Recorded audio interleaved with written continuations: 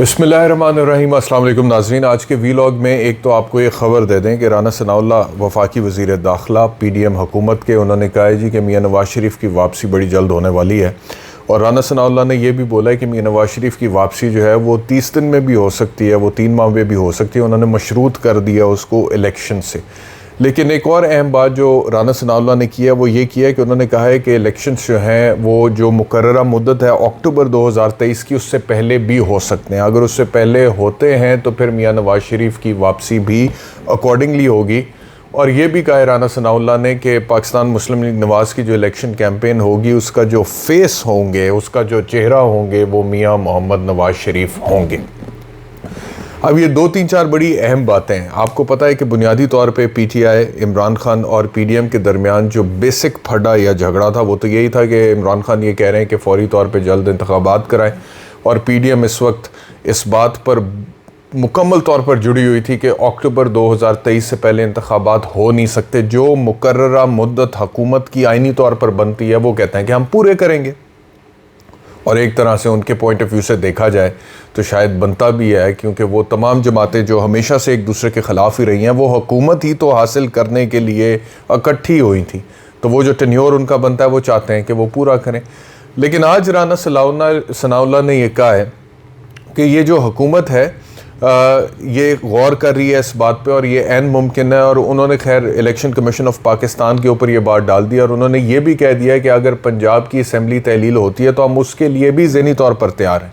पंजाब की असम्बली की जो तहलील है, आपको पता है कि वो किसी हद तक अब खटाई में डल गई थी जब से लाहौर हाई कोर्ट की जुरिस्डिक्शन इन्वोक हुई। फिर लाहौर हाई कोर्ट ने गवर्नर का वो ऑर्डर तो सस्पेंड कर दिया, लेकिन लाहौर हाई कोर्ट ने एक अंडरटेकिंग ली थी वज़ीर आला पंजाब परवेज़ इलाही से कि आप तब तक असेंबली तहलील नहीं करेंगे जब तक कि आप वोट ऑफ कॉन्फिडेंस नहीं ले लेते। और उसके बाद फिर उन्होंने अगली तारीख इस केस में जो डाल दी थी वो 11 जनवरी थी। अब ये 2 पॉसिबिलिटीज़ इसमें से निकल सकती हैं।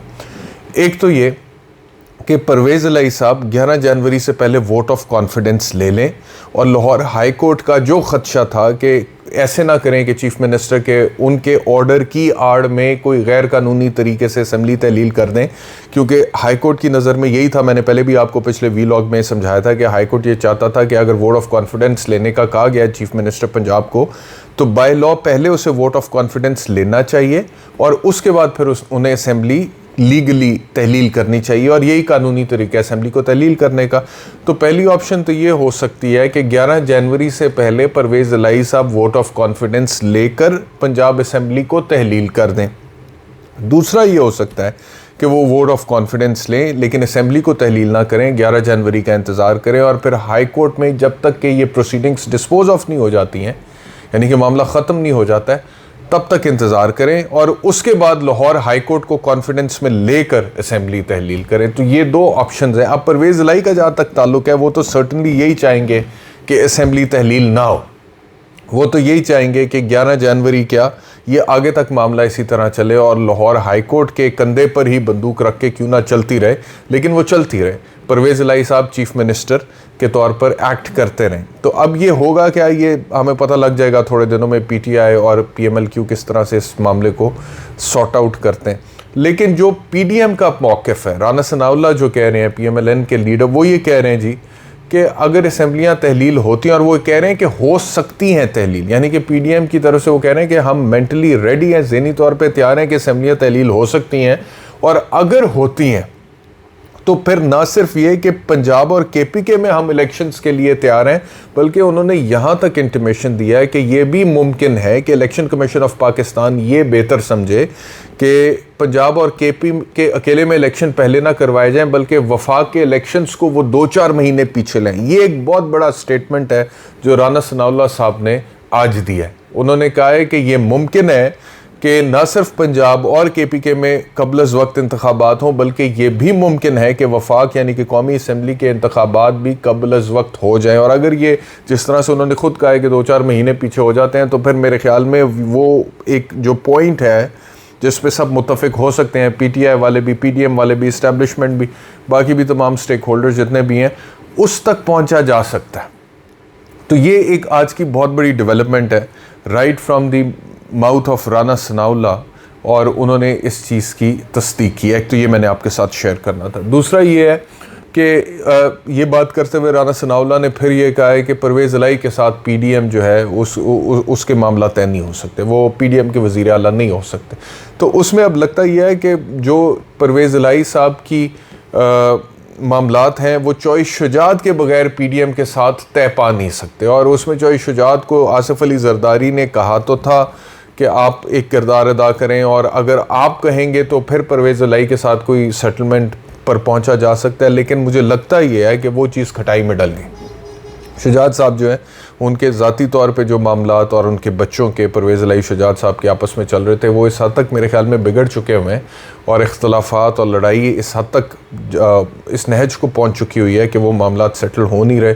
और अगर चौधरी शुजात बीच में नहीं डलते हैं तो माइनस चौधरी शुजात हुसैन पीडीएम परवेज़ इलाही पे भरोसा करने के लिए तैयार नहीं है। तो अब परवेज़ इलाही साहब के पास ऑप्शन यही बचता है, नंबर 1 ये कि वो पीटीआई के साथ मामलात सही रखें, और फिर नंबर 2 ये कि जो भी सीट एडजस्टमेंट में उनको ऑफ़र हो रहा है वो एक्सेप्ट कर लें, और अगला इलेक्शन जो है वो सीट एडजस्टमेंट पीटीआई के साथ करने के बाद उसको कंटेस्ट करें। अब उसमें उन लोगों की कोशिश तो ये है कि जी किसी तरह मैक्सिमम बेनिफिट उठा लिया जाए। इमरान खान का भी वो इंटरव्यू थोड़े दिन पहले, 1-2 दिन पहले, जिसमें उन्होंने कहा कि हम तो ये चाहते हैं कि वो हमारे निशान पर इलेक्शन लड़े, लेकिन उनको ये लगता है कि पाकिस्तान मुस्लिम लीग नवाज़ का अपना एक वोट बैंक है।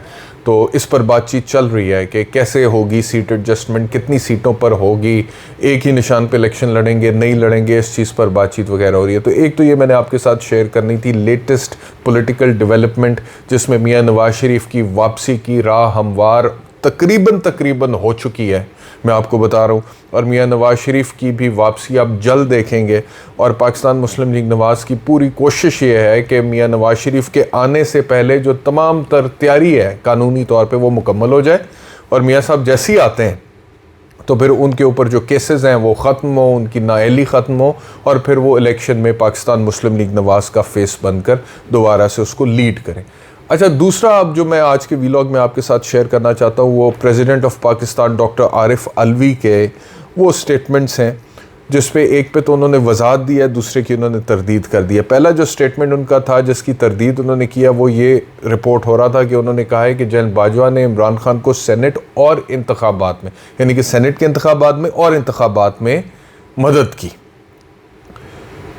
और ये उन्होंने कहा कि ये मंसूब हुआ कि जी नई शुरुआत के लिए माजी को भूल जाएं और माफ़ कर दें।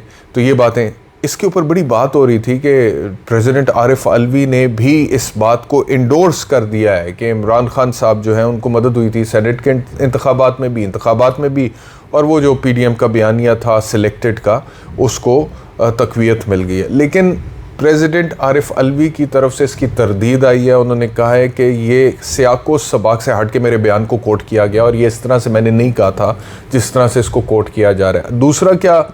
दूसरा ये था, उन्होंने कहा जी कि ऑडियोज़ और वीडियोज़ के खेल के हवाले से नए आर्मी चीफ से बात की है। वो कह रहे हैं कि जो ऑडियो लीक्स हो रही हैं और जो वीडियो लीक्स हो रही हैं इसके हवाले से मैंने नए आर्मी चीफ से बात की है, और मुझे हैरत है कि ये सिलसिला क्यों जारी है। किसी भी इखलाकी लिहाज से ये सिलसिला जारी नहीं रहना चाहिए। ये भी एक बड़ा इम्पॉर्टेंट है, इसकी कुछ वजाहत उनकी तरफ से आई है, लेकिन वो ये कह रहे हैं कि ऑडियो लीक्स के हवाले से नए chief of the army staff से बात की है, जिससे तासुर ये मिल रहा है कि पाकिस्तान तहरीक-ए-इंसाफ या प्रेसिडेंट साहब या इमरान खान साहब ये समझते हैं कि जो ऑडियो लीक्स हो रही हैं, वीडियो लीक्स हो रही हैं, इसमें इस्टेब्लिशमेंट का कोई किरदार है, और उस किरदार के हवाले से जो तहफ़्फ़ुज़ात उनके हैं वो इस्टेब्लिशमेंट को पहुंचा दिए गए हैं। Chief of the army staff का कहकर उन्होंने कहा कि जी उनसे बात की गई है, और ये सिलसिला हमें नहीं समझ आ रही कि क्यों अभी तक जारी है। तो ये एक इम्पॉर्टेंट और डेवलपमेंट थी। अब एक आखिरी चीज़ जिसके बाद मैं वीलॉग कंक्लूड करूँगा आपके सामने, वो ये है कि इमरान खान साहब ने अभी हाल ही में एक इंटरव्यू भी दिया जिसमें उन्होंने ये कहा कि मैंने जनरल बाजवा को ये बोला था जब तहरीक अदम एतमाद आ रही थी कि अगर आप हुकूमत की सपोर्ट से हट जाते हैं तो ये हुकूमत गिर जाएगी, यानी कि इस्टेब्लिशमेंट अगर साथ नहीं खड़ी रहेगी तो ये हुकूमत भी खड़ी नहीं रहेगी। तो अब दोबारा उनके जो कुछ स्टेटमेंट्स हैं, तो इमरान खान साहब का जो पॉलिटिकल नैरेटिव मैं समझाऊँ, जो मुझे अभी तक समझ आ रहा है, वो ये समझ आ रहा है कि इमरान खान साहब इस्टेब्लिशमेंट की सियासत में मुदाखलत पर तो इतना इतराज़ नहीं रखते, लेकिन वो इस चीज़ पर एतराज़ रखते हैं कि अगर मुदाखलत हो तो वो उनके हक़ में, और अगर उनके ख़िलाफ़ होती है तो वो गलत है, क्योंकि उसके अंदर वो फिर हक़ व बातिल, मार्का हक़ व बातिल का ज़िक्र करते हैं, वो अमर बिल मारूफ़ व नही अनिल मुनकर का ज़िक्र करते हैं। तो वो कहते ही है इस्टेब्लिशमेंट को, मैसेज ये देते हैं कि आप मुदाखलत तो कर लें, लेकिन करें तो आप उन लोगों के हक़ में करें जो who stand on the right side of the history. अब इस बात से जो पीडीएम के लोग हैं, या उनका जो वोटर सपोर्टर कारकुन, या उनके जो लीडर्स हैं, उनकी जो जमातें हैं, या उनकी जो क़यादत है, उन लोगों को इख्तलाफ है। कुछ मीडिया में लोगों को भी इख्तलाफ है कि भाई ये आप कैसे इसको इतना ओवर सिंप्लीफाई कर सकते हैं, हक़ व बातिल का मार्का बना सकते हैं। अब सवाल यहाँ पे ये पैदा होता है कि अगर इमरान खान साहब को ये लगता है कि जी इस्टेब्लिशमेंट की मुदाखलत होनी चाहिए, लेकिन वो मुदाखलत जो है वो एक सर्टन तरीके से, एक सर्टन वे में होनी चाहिए जिसमें सही बंदे को सपोर्ट किया जाए, तो क्या ये नैरेटिव दुरुस्त है? क्या ये डिमांड दुरुस्त है? क्या ये माइंडसेट दुरुस्त है? ये एक सवाल बनता है। देखिए, अब उसमें प्रॉब्लम एक ही है मेरी नज़र में ज़ाती तौर पे, कि मिसाल के तौर पे अगर आप इस्टेब्लिशमेंट जो कि ख़ुद कहती है कि हम ए पोलिटिकल हो गए, जल्दबाजों ने कहा हो गए, नहीं हो गए, एक अलग बहस है, उसके ऊपर बात की जा सकती है। आप मेरे भी कुछ तहफ़्फ़ुज़ात उसके हवाले से हैं, उस पर बात हो सकती है जैसे कि मैंने कहा, लेकिन वो कहते हैं कि हम ए पोलिटिकल हो गए। वो कहते हैं कि हम इस वजह से हुए हैं क्योंकि ये गैर आईनी था, फौज की सियासत में मुदाखलत गैर आईनी थी, ये जनरल बाजवा ने कहा। उन्होंने कहा ये क्योंकि गैर आईनी अमल होता था सियासत में मुदाखलत का फौज की तरफ से, इस वजह से पाकिस्तानी फौज तनकीद की जद में भी आती थी, लिहाजा हमने फैसला किया हम ए पोलिटिकल हो जाएं।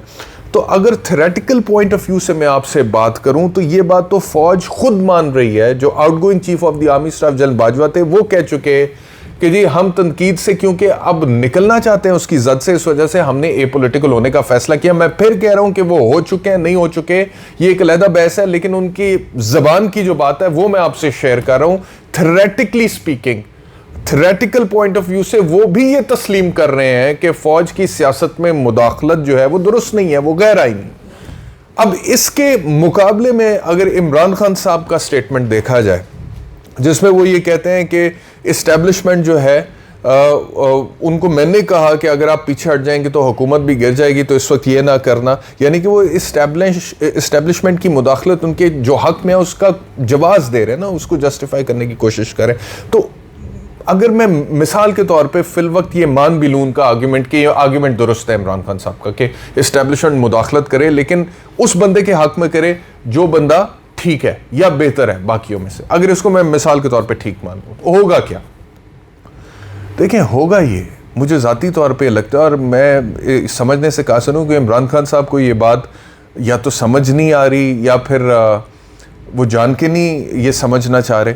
वो ये है कि अगर किसी ताकतवर प्लेयर को, जिसको आप समझते हैं कि इसके हाथ में कमांड और कंट्रोल और ताकत और इक़्तिदार है और ये भारी अपना वज़न एक रखता है और इसकी मुदाखलत मेरे हक़ में होने से मैं हुकूमत में आ सकता हूँ, तो बुनियादी तौर पे फिर वो हुकूमत आपकी तो नहीं है ना, वो तो हुकूमत फिर उनकी है। जैसा कि आप खुद तस्लीम कर रहे हैं कि मैंने जनरल बाजवा को कहा कि भाई अभी ना ये करना, नहीं तो हुकूमत गिर जाएगी अगर आप पीछे हटेंगे। तो बुनियादी तौर पे इमरान खान साहब एक तरह से मान रहे हैं कि उनकी हुकूमत तो फिर बराए नाम ही थी ना, वो तो हुकूमत फिर जिनकी असल में थी वो तो उनकी थी। अब उसमें प्रॉब्लम क्या होगा? प्रॉब्लम ये होगा कि इमरान खान एक ऐसा बंदा है जो बात करता है एक मंशूर की, नज़रिए की। वो ये कहता है कि मैं हुकूमत में आऊँगा तो ये मेरे कुछ गोल्स हैं। अब उन गोल्स को अचीव करने के लिए या अपनी आइडियोलॉजी को इम्प्लीमेंट करने के लिए, अपने प्लान को, मंशूर को अमली जामा पहनाने के लिए उन्हें कुछ स्टेप्स लेने पड़ेंगे। वो स्टेप्स जो हैं वो तगड़े स्टेप्स हैं, वो ही ले सकता है जिसकी अपनी हुकूमत होगी। तो अगर दोबारा मिसाल के तौर पे इमरान खान साहब के इस आर्गूमेंट को मैं दुरुस्त मान के ये कह भी दूं कि ठीक है ऐसे ही हो जाए, जो इमरान साहब कह रहे हैं कि इस्टेब्लिशमेंट मुदाखलत करे, उनके हक में करे और फिर वो दोबारा हुकूमत में आ जाए, तो सवाल ये पैदा होता है कि जो लोग आपको सपोर्ट करके हुकूमत में लेकर आएंगे, फिर असल ताकत का सरचश्मा या मंबा तो वो होंगे। फिर आप अपना प्लान कैसे इंप्लीमेंट करेंगे? फिर आपके जो ख्यालात और अफकार और नज़रियात और रूल ऑफ लॉ, देखें जी उनका जो भी होगा उनका अपना एक माइंडसेट है, फिर उन्होंने उसके मुताबिक चलना है। जो आपको हुकूमत में लेकर आया है वो तो चाहेगा कि आप उनके ज़हन के मुताबिक चलें। अगर आपको उन्हीं की सपोर्ट चाहिए और उनकी सपोर्ट लेकर आप हुकूमत में दोबारा आ भी जाते हैं या जब भी पहले भी आए थे, तो फिर ये तो बहुत बड़ा मेरे ख्याल में एक जजमेंटल एरर था कि अगर आपको लगा कि मुझे कोई इक्तदार में लेकर आए और वो ताकतवर आदमी या वो ताकतवर एंटिटी जो है बाद में मेरे कहने पे चले, ऐसा होता नहीं है। क्योंकि जो ताकतवर होता है, जो आपको लाता है, फिर वो आपको चलाता भी है और फिर वो आपको निकालता भी है, तो फिर आपको वो तस्लीम करना पड़ता है। तो अगर आप उसमें से निकलना चाहते हैं तो आपको अपने पैरों पर खड़ा होना पड़ेगा। फिर आपको ये डिमांड करना खत्म करनी पड़ेगी।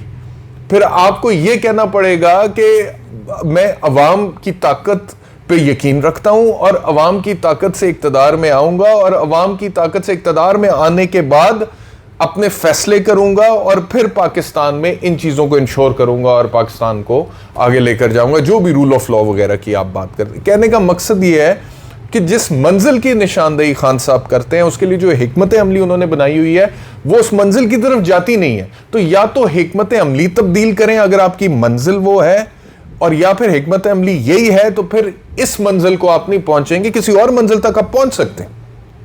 हो सकता है कि इस्टेब्लिशमेंट वक्ती तौर पे इस तरह की पाकिस्तान में आ जाए जो इमरान खान साहब के ख्यालात और अफकार से मुकम्मल तौर पे 100% इत्तफाक करती हो, बावजूद इसके कि वो ताकतवर हैं, बावजूद इसके कि वो आपको सपोर्ट करके हुकूमत में लेके आते हैं, लेकिन उसके बावजूद वो आपके सामने सर तस्लीम खम कर दें और वो कहें कि जी ठीक है, जो आपके डिसीजंस हैं वही सही डिसीजंस हैं, और फिर उसके अंदर वो मुदाखलत ना करें। लेकिन ऐसा होता नहीं है, माजी में ऐसा हुआ नहीं, तारीख में ऐसा हुआ नहीं।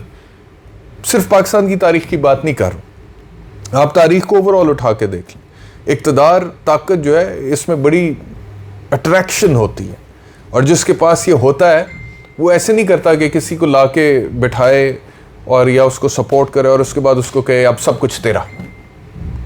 वो फिर कुछ शराइत होती हैं, उन शराइतों पर आपको एक जगह पर बिठाया जाता है और फिर आप उन शराइत के मुताबिक नहीं चलते तो फिर आपको निकाला भी जाता है। और मेरे ख्याल में एक दफ़ा इमरान खान साहब के साथ ये हो चुका है। अगर वो चाहते हैं कि दूसरी दफ़ा ऐसा ना हो तो फिर मेरे ख्याल में उन्हें अपने ये जो नैरेटिव है इसके बारे में दोबारा थोड़ी ब्रेनस्टॉर्मिंग करनी पड़ेगी। बहुत शुक्रिया ये वीलॉग देखने के लिए। इंशाल्लाह दोबारा मुलाकात होगी। अपना ख्याल रखिए। अल्लाह हाफ़िज़।